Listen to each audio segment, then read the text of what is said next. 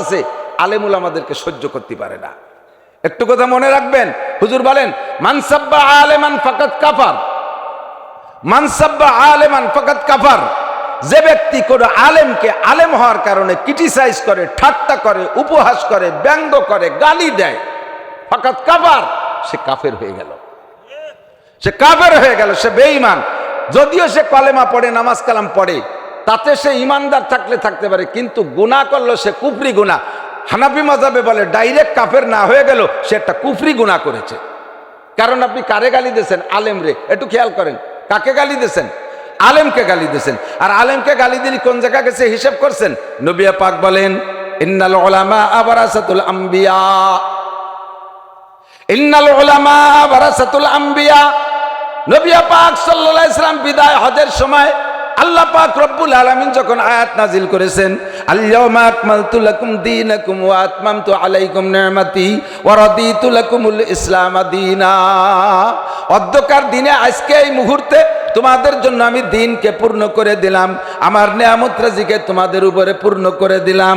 এই কুবুদ্ধি যতক্ষণ থাকবে ততক্ষণ পর্যন্ত হুজুরদের সাথে আপনাদের সম্পর্ক গড়বে না। নেকফালি সুধারণা রাখেন, সুধারণার লাভ আছে। মানুষও সব মানুষ, যদিও একে ম্যাটেরিয়ালস দিয়ে তৈরি, আব ও আতেশ, খাক ও বাদ ও বান্দান, বা মানো তো মুর্দা বা হক জিন্দান।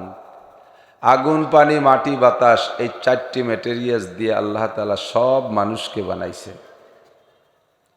সেই মানুষের ভিতরে রং, কালার, চেহারার পার্থক্য, সুরের পার্থক্য, কণ্ঠের পার্থক্য, ভাষার পার্থক্য, সামাজিকতার পার্থক্য কত বেশ কম, ঠিক না?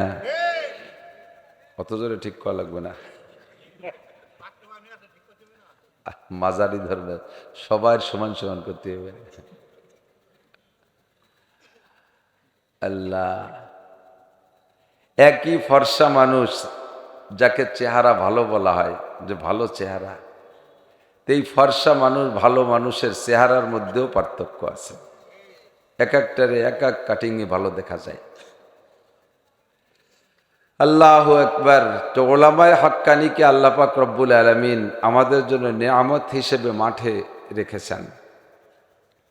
সকলেই একই কোরআন, একই হাদিস থেকে লেখাপড়া শিখে আমরা মাওলানা হই, মুফতি হই। মাঠে বয়ানের জগতে আল্লাহ তাআলা এক একজনকে এক এক রকম তর্জ তরিকা দিয়েছেন।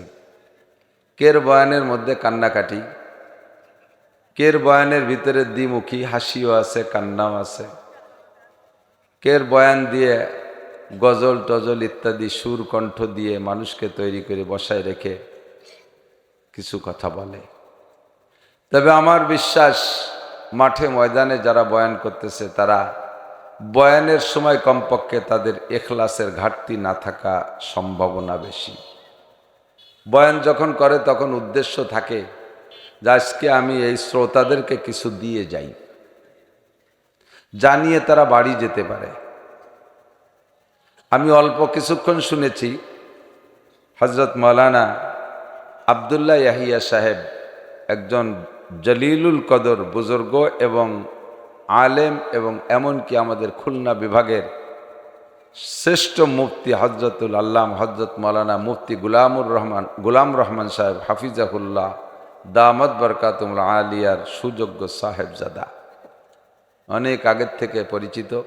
আমরা সমসাময়িক, কাটা কাটা অল্প সুরে মিষ্টি ভাষায়, প্রাঞ্জল ভাষায় আপনাদেরকে অনেক মাসালা শিখাইছে, মনে থাকবে তো সেগুলো? এরপরে লম্বা চওড়া বয়ান করলে ওই নুরানি বয়ানটা ঢাকা পড়ে যায়, ও মনে থাকে না। কাজেই বেশিক্ষণ আমি গোলাপুলায় দিয়ে নষ্ট করতে চাচ্ছি না। হুজুরের কথাগুলো বাড়ি নেব, আমল করব, রাজি আছেন তো? হুজুর কয়টা পয়েন্ট বলছে? আমি তো সব শুনে 6টা। কয়টা? আমি শুধুমাত্র শেষ ফিনিশিং। অনেক সাংবাদিকরা আছে আগে শিরোনাম বলে, পরে ব্যাখ্যা বিশ্লেষণ, অবশেষে বলে যে আবার শিরোনামগুলো শুনে দিচ্ছি। তো হুজুর শিরোনাম বলছেন, ব্যাখ্যা বলছেন, আবার শিরোনাম, আমি লাস্টের শিরোনামটাই শুনেছি। আল্লাহ, আল্লাহওয়ালা মানুষ, দিলওয়ালা মানুষ, दिल से जो बात निकलती है असर रखती है।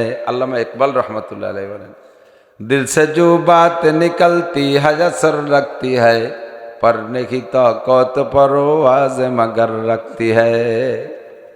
বাংলা তর্জমা হলো, অন্তরেরই কথাটিতে সত্যই তো আসর রাখে, কথাগুলির পাখা নাই তবুও যে তা উড়তে পারে। দারুণ সত্যি কথা। আল্লামা ইকবাল রহমতুল্লাহ আলাইহি বলেন, যে কথাটা অন্তর থেকে আসে, দিল থেকে আসে, মানুষের হিদায়াতের জন্য কথাটা দিল থেকে আসে, ওই কথাটা যেমন দিলের থেকে আসে, ওই কথাটা আরেকটা দিলের ভিতরে এফেক্ট করে, পৌঁছে যায়। আর যে কথাটা শুধুমাত্র মুখ রসে আসে, মানুষের কানকে খুশি করার জন্য আসে, তাৎক্ষণিক কান খুশি থাকে, শুনে মজা পাওয়া যায়, কিন্তু ওইটা দিলের ভিতরে কোনো পরিবর্তন আসে না। শুনতে ভালো লাগে, কিছুক্ষণ আনন্দের সাথে শুনে টুনে যাওয়ার সময় কিছু হাতে নিয়ে যাওয়া যায় না। আর কথা যদি দিলের থেকে আসে, তাহলে অবশ্যই আর একটা দিল নরম হইতে বাধ্য। আর কথা দিলের থেকে আসতেছে, তা বক্তার বয়ানের মধ্যে বোঝা যায়। বেশি সুর লাগে না, অল্পেই নূর হয়ে যায়। সুর লাগে না, নূর হয়ে যায়, ঠিক না? আল্লাহ তো আমার ভাইকে আল্লাহ তাআলা আরো দিলকাশ কথা বলার মতো ইলম তো দান করুন, তার জবানে নুরানি বরকত আল্লাহ আরো বাড়ায় দিক। আপনারা বসে আছেন বিশাল নাম শুনিয়ে, আসলে নামেও কেউ না, কামেও কেউ না। বাহ্যিকও যেমন, বস্তা যদি 10 কেজি, ওই বেসনের বস্তা, বীজ ধানের বস্তা আছে না 10 কেজি, ওর মুখ খুলে দিয়ে ন্যাজ ধরে যদি ঝাঁকেন আর কন যে 2.5 মণ ধান ফেলাতে হবে, তো 10 কেজির বস্তার মুখ খুলে দিয়ে লেজ ধরে জাকলে কি 2.5 মণ পড়বে? 10 কেজি পড়বে। বস্তা যারটুক মাল ও সারটুক। আমারে দেখতেও যেমন ফেরিঙ্গি ভাব, ওই যে গামছা একখান গাড়ি দিয়ে আইছি, শুকনো চাকরা মানুষ, বস্তাও ছোট, মাল তো নাই, 10 কেজিও নাই। দিন ভরে মাদ্রাসা নিয়ে ফিকির করি, 2-3টে মাদ্রাসা, এরপরে মাদ্রাসা চালাইতে যা লাগে তা তো আর কই সারার কায়দা নেই। আমাদের তো গোপালগঞ্জ নাম শুনিয়ে বা সবাই রাগ ঠেকতেছে নাকি, তার করতেছে না। একেবারে নিজলি পাইকারি আমলিগির দেশ। আমাকে ওই দিকের বিলেইডা ডাকলিও শোনা যায় নৌকো নৌকো, এরকম শোনা যায়। এত নৌকোর মধ্যে আমরা বসবাস করি। চতুর্পাশে তৎকালীন প্রধানমন্ত্রী শেখ হাসিনার পতনের পরে কত যে মহিলা স্টক করছে, আর কত মহিলা যে রোজা মান্যত করছে তার ঠিক নাই। যে যারে ভালোবাসে, এখানে দোষারোপ করে লাভ নেই, যা বাস্তব বলছি। আমাদের গোপালগঞ্জে এক জেলায় 30টের উপরে পূর্ণাঙ্গ দাওরায়ে হাদিস মাদ্রাসা। আমার এক ইউনিয়নে 2টি দাওরা মাদ্রাসা। পাইককান্দি ইউনিয়ন আমার মাদ্রাসা, সুলতান শাহী দাওরা মাদ্রাসা, আবার পাইককান্দি গ্রামে আর একটা দাওরা মাদ্রাসা। প্রত্যেক 3-4 কিলোমিটারের মাথায় মাথায় এক একটা দাওরা মাদ্রাসা।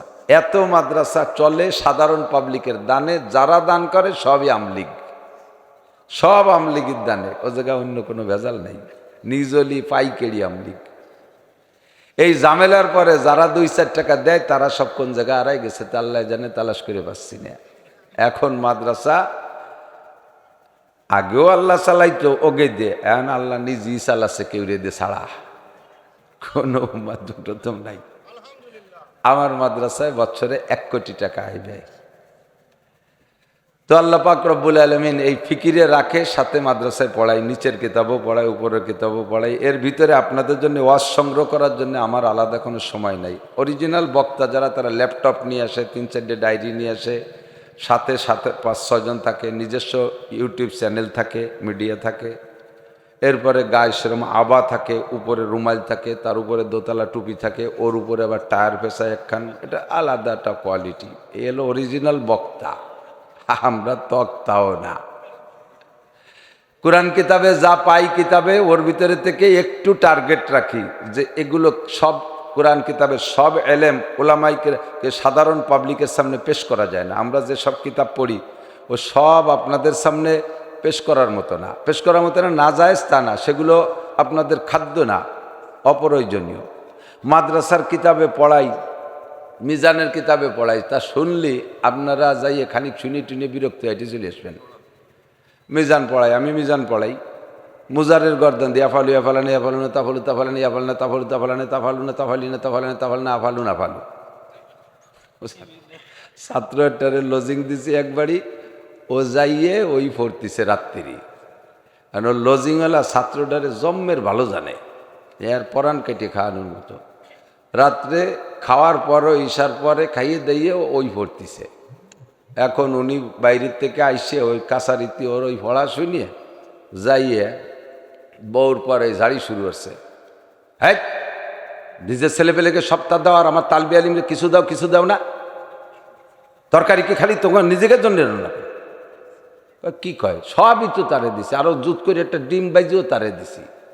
কয় তুই শুনে যাই কি কয়, ও ভর্তিছে অ্যাপলো অ্যাপালানি অ্যাপালাম, মানে অ্যাপালাম না তাপালাম না, অপালাম না তাপালাম না, ওর তাই বুঝতে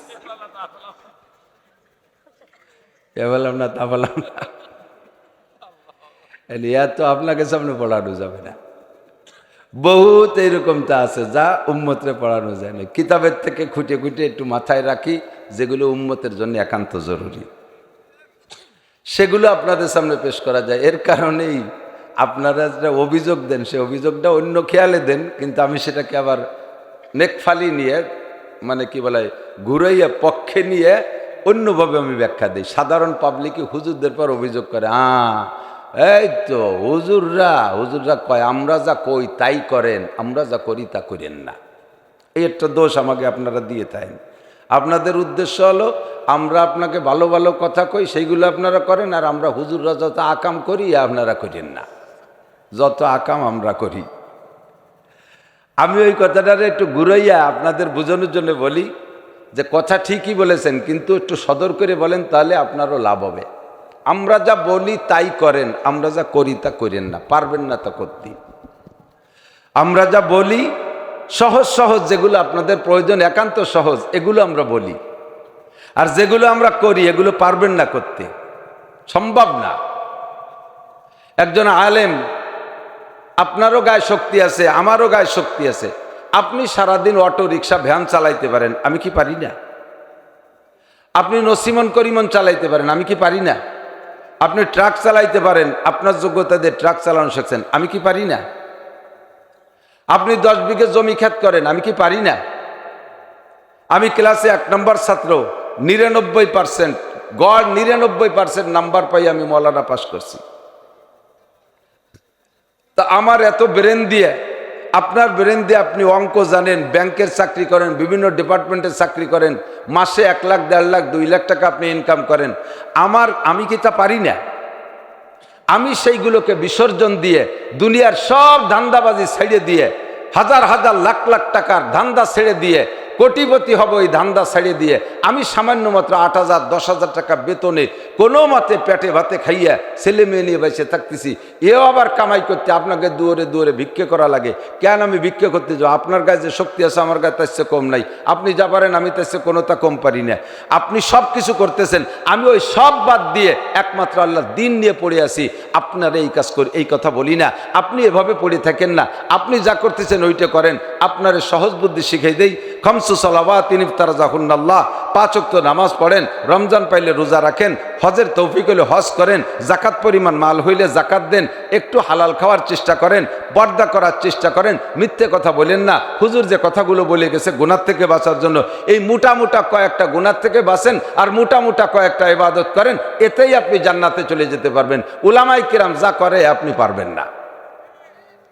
সারাদিন ভরে মাদ্রাসায় পড়াই, রাত ভর আবার ওয়াজ করে বেড়াই, এরপরে রাত্রি ঘুমানোর সময় পাই না, বাসায় যাইতে যাইতে 2টে 3টে 4টে বেজে যায়। ফজরের নামাজ পড়ে 1-1.5 ঘন্টা বিশ্রাম করে এরপরে আবার কিতাব নিয়ে নামিয়ে পড়ি, কিতাব পড়াইতে বসি, আবার এই যা ইনকাম করে বাসায় নিয়ে যাই, এ বাসা পর্যন্ত যায় না। খেয়াল করেন, এই শীতকালে মাজা পানির ভিতরে পোলো সাবানু, বোঝেন তো পোলো সাবানু? পোলো দিয়ে মাছ ধরে না, পোলো কয় নিকে বাইশ দেবে না, পোলো। এই শীতকালে মাজা পানির ভিতরে, পুষ মাসে শীতের ভিতরে মাজা পানির ভিতরে পোলো চাপাইয়া যদি ঘন্টা 2 পোলো চাপানোর পরে যদি একটুক 2টে টাহি মাছ পান, খুশি চায় না বাড়ি? পোলো ভাঙ্গি ফেলে দিতে মনে চায় না? এই সারা বছর ভরে শীতের সিজন ভরে আপনারা ল্যাব কেতার মধ্যে আরামে ঘুমাবেন, আর বক্তারা এইভাবে রাতভর পোলো চাপাই বেড়ায়। কোনো বিলিতে ওই দুটি টাইও পাওয়া যায়, কোনো বিলি পাওয়াও যায় না। আবার জায়গায় জায়গায় বড় বড় শৈল গজারও পাই, কিন্তু পাওয়ার পরে যদি তা আবার লাইভ দিয়ে ছুটে চলে যায়, সেই সময় আরও খারাপ ঠায় না। যা কামাই করে নিয়ে মাদ্রাসায় যাই দেখি যে এ জায়গা লাগবে, ও জায়গা লাগবে, ও হুজুরির বেতন নাই, বোর্ডিংয়ের চাল নেই, ইট কিনতে টাকা বাহি রয়েছে, বালির টাকা বাকি রয়েছে, সিমেন্ট বাহি রয়েছে, ওই জায়গা দিয়ে টিয়ে খালি হাতে বাড়ি চলে যাই। এই কাম পারবেন না আপনি। সারা দিন ভরে পরিশ্রম করে রাতভর কামাই করে সেই টাকাগুলো মাদ্রাসায় দিয়ে হেঁটে চলে যা। আমি 1 টাকাও বেতন নেই না মাদ্রাসার থেকে, 1 লুকমা ভাতও মাদ্রাসার খাই না। আর এই 13 বছর 12 বছর সালে মাদ্রাসার মোহতামিমি নিছি, এর ভিতরে আমার বেতন তো সবই বাকি, আরও 1 কোটি টাকা আমার নিজের টাকা দিছি মাদ্রাসা। আমি শিল্পপতিও না, কোটিপতিও না, বাপের 1 ইঞ্চি জমিও আমি পাই নাই। তা আমি এইটা করতে পারি, আল্লাহ পাক আমাকে দিনের যে সমজ দেশে, আমার যে জিম্মাদারি দেশে, আমি এইটা করতে পারি। আপনারা যদি বলি আপনার সারা দিন রাতি সম্পূর্ণ কামাই মাদ্রাসায় দিয়ে দেন, এটা আপনি পারবেন না। এই জন্য আপনারে কই, আপনার যা আছে ওর 40 ভাগের 1 ভাগ দেন, আর আমি সব দেব। কাজে আমি যা করবো আপনি করেন না, আমি যা কই তাই আপনি করেন। এই গভীর রাত পর্যন্ত চিল্লে পাল্লা করে বাড়ি যাইয়ে তাহাজ্জুদে দাঁড়াবো তো ইনশাল্লাহ। আমি না আবার কথা বলছি না, উলামায়ে কিরাম এই বক্তা যারা রাত্রে যে তাহাজ্জুদে দাঁড়াবে, ফজরের আগ পর্যন্ত তাহাজ্জুদ পড়ে তারপরে সে জিকির করে টরিয়া ফজরের নামাজ পড়বে। আপনি সারা রাত সজাগছে, ডেলি যদি এই করেন, বেশিক্ষণ আপনি কাজকাম করতে পারবেন না, ক্ষেত খামারে কাজ করতে পারবেন না, ব্যবসা বাণিজ্য পারবেন না, দিনের বেলা ডিউটি করতে পারবেন না। কাজেই আপনারা এগুলো বলিলে আপনি আরামসে ঈশার নামাজ পড়ে নাক ডাইয়ে ঘুমিয়ে যান, উঠে ফজরের নামাজ পড়ে নাস্তা পানি খাই অফিসে আর ক্ষেত খামারে চলে যান। আপনার হলো মোটা মোটা বুদ্ধি দেয়, এই করেন, আমি যা করি করেন না, পারবেন না আপনি। কিন্তু আপনারা উল্টো নিয়েছেন, উল্টো নিয়ে কি কয়, হুজুররা কয় আমরা যা করি তা তোমরা করো না, আমরা যা কই তাই তোমরা করো, আমরা যে আকাম কুকাম করি তোমরা করো না। এই কুবুদ্ধি যতক্ষণ থাকবে ততক্ষণ পর্যন্ত হুজুরদের সাথে আপনাদের সম্পর্ক গড়বে না। নেকফালি সুধারণা রাখেন, সুধারণার লাভ আছে। খেয়াল করেন, সুধারণার একটা প্রতিদানে কি হবে জানেন? আল্লাহু আকবার। সারা বিশ্বের তৎকালীন সবচাইতে বড় হাদিসের মুহাদ্দিস আব্দুল্লাহ ইবনে মুবারক রাহমাতুল্লাহ আলাইহি, সারা পৃথিবীর যত সাইকুল হাদিস আছে সব সাইকুল হাদিস এক জায়গা যাইয়া, খেপলা জাল দেখছেন? খেপলা জালের ওই কাঠির দ্বারের মাথা কত দূরই না, তো একটা খোপের সাথে একটা খোপ জয়েন্ট আছে, জোড়াইতে মাঝখানে যাইয়ে দাওয়াত দড়িতে যে মেশে, ঠিক না? সারা পৃথিবী ভরে, জাপান থেকে নিয়ে আমেরিকা পর্যন্ত সারা পৃথিবীতে যত মাদ্রাসা আছে, সাইকুল হাদিস আছে, মুহাদ্দিস আছে, সব মুহাদ্দিসের জাল যাইতে যেই দাওয়াত দড়ির সাথে মেশছে, তারপরে সাহাবায়ে কিরামদের দিকে রওনা দিয়েছে। সেই দড়িটার শুরুটার নাম হলো আব্দুল্লাহ ইবনে মুবারক রাহমাতুল্লাহ আলাইহি। বহুত বড় মুহাদ্দিস আব্দুল্লাহ ইবনে মুবারক রাহমাতুল্লাহ আলাইহি ইন্তেকালের পরে, খেয়াল করেন, অজের দিকে যাব, এদিক ওদিক যান না, একটা কথা বলে যাচ্ছি আর কি। ওলামায়ে কিরামের পরে সুধারণা রাখেন। হাজারো মানুষ আছে আলেম ওলামাদেরকে সহ্য করতে পারে না। একটু কথা মনে রাখবেন, হুজুর বলেন মান সাব্বা আলেমান ফাকাত কাফার, মান সাব্বা আলেমান ফাকাত কাফার। যে ব্যক্তি কোন আলেমকে আলেম হওয়ার কারণে ক্রিটিসাইজ করে, ঠাট্টা করে, উপহাস করে, ব্যঙ্গ করে, গালি দেয়, ফাকাত কাফার, সে কাফের হয়ে গেল, সে কাফের হয়ে গেল, সে বেঈমান। যদিও সে কলেমা পড়ে, নামাজ কালাম পড়ে, তাতে সে ইমানদার থাকতে পারে, কিন্তু গুনাহ করলো সে কুফরি গুনাহ। হানাফি মাযহাবে বলে ডাইরেক্ট কাফের না হয়ে গেল, সে একটা কুফরি গুনাহ করেছে। কারণ আপনি কারে গালি দিয়েছেন? আলেম রে। একটু খেয়াল করেন, কাকে গালি দিয়েছেন? আলেমকে গালি দিয়েছেন। আর আলেমকে গালি দিলে কোন জায়গা গেছে হিসাব করছেন?